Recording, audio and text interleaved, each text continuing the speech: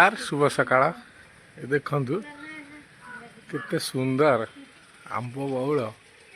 ये वर्ष प्रत्येक जगार आंब गछ जो मानकर अच्छी कि जो मैंने आंब चाषी माने बौल गचर पूरा अपर्याप्त बौल जाऊ सबुठ बौल भल कुहुड़ीर भी प्रभाव नहीं वर्ष आंब जदि ये बौल ठीक आंबरे माने सब रुहे कुड़ी फुड़ी न हुए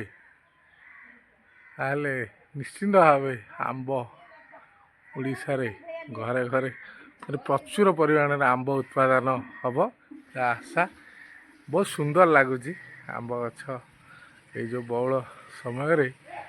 देखु पूरा सुना जमी गोल्डन कलर आंब बौल आपण मैंने देखिपे पूरा गछटा निहाती 5-6 वर्ष जमा गछ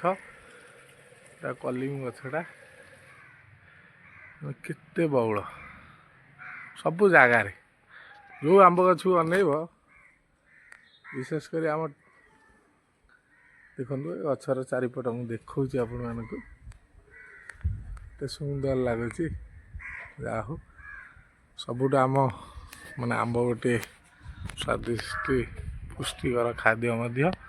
घर घर परिचित आम भारतीय ओडिशावासी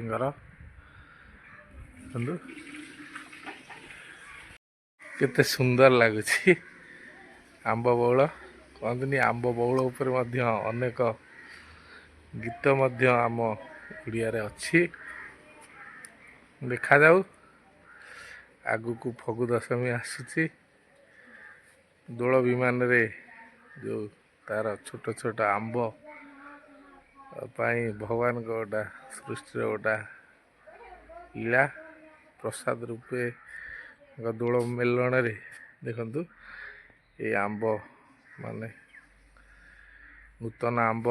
शोभा पाई थाए दोल मेलण रे केते सुंदर लगुच वृक्ष केवल आमको फल दिए प्रचुर परिमाण ऑक्सीजन दिए आपण मैंने जानते ऑक्सीजन कौन आवश्यक आम मानव समाज पाई कोविड आम समस्त को जनईदेला दिल्ली रे केते मात्रा रे प्रदूषण होईछि आम गाँ गहली